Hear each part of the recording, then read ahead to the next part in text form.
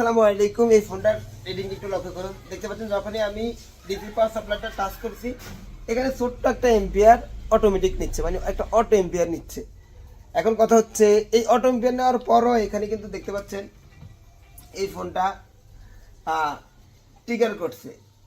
দেখতে পাচ্ছেন ট্রিগার করে একদম গুড একটা রিডিং আইসা দাঁড়াই রয়েছে। তো এখন এই দাঁড়াই থাকা রিডিং আমি আবারও দেখাই, 9 আইসা দাঁড়াই রয়েছে। আমি যদি পাওয়াতে ছেড়েও দেই দেখতে পাচ্ছেন 9 আইসা দাঁড়াই রয়েছে। তো এই সমস্যাটা কই থেকে আসে, কিভাবে সমাধান করবেন, ভিডিওটা কন্টিনিউ করতে থাকেন, আমি স্টেপ বাই স্টেপ সমাধান দেওয়ার চেষ্টা করব। তো সাধারণত এই ধরনের সমস্যা হলে আমরা এই কাজটা করে থাকি। আপনারা আমার স্ক্রিনে একটু লক্ষ্য করুন।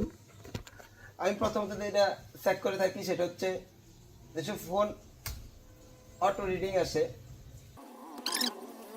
তো এখানে দেখতে পাচ্ছেন আমি কম পোর্টের মধ্যে এই ফোনটা পোর্ট লাগাবো। তো দেখতে পাচ্ছেন এখানে পোর্টের মধ্যে কোনো প্রকার পোর্ট বানাচ্ছে না।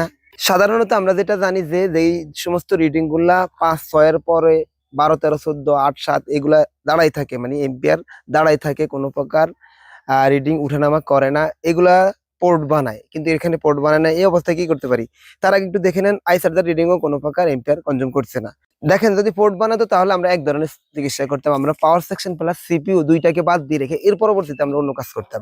যেহেতু পোর্ট বানা নাই তাহলে আমাদের পাওয়ার সেকশন থেকে স্টার্ট করতে হবে। পাওয়ার সেকশন ঠিক আছে কিনা এটা আমি সব থেকে সহজ উপায় যেভাবে চেক করি সেটা হচ্ছে চার্জার কেবল লাগিয়ে প্রথমত চেক করি বিপিএস ভোল্টেজ ঠিক আছে কিনা, এরপরে চেক করি সবগুলো বাক ভোল্টেজ স্টেবল আছে কিনা। দেখতে পাচ্ছেন বিপিএস ভোল্টেজ আমি পাওয়ার পরে প্রতিটা বাক ভোল্টেজও স্টেবল পাচ্ছি। এবার কথা হচ্ছে যেহেতু আমার পাওয়ার সেকশন ভোল্টেজ ঠিক বানাচ্ছে, পরবর্তী গন্তব্য হচ্ছে আমার সিপিইউ। এবার সিপিইউ কি করব, সিপিইউ আমি সরাসরি রিবুল করব।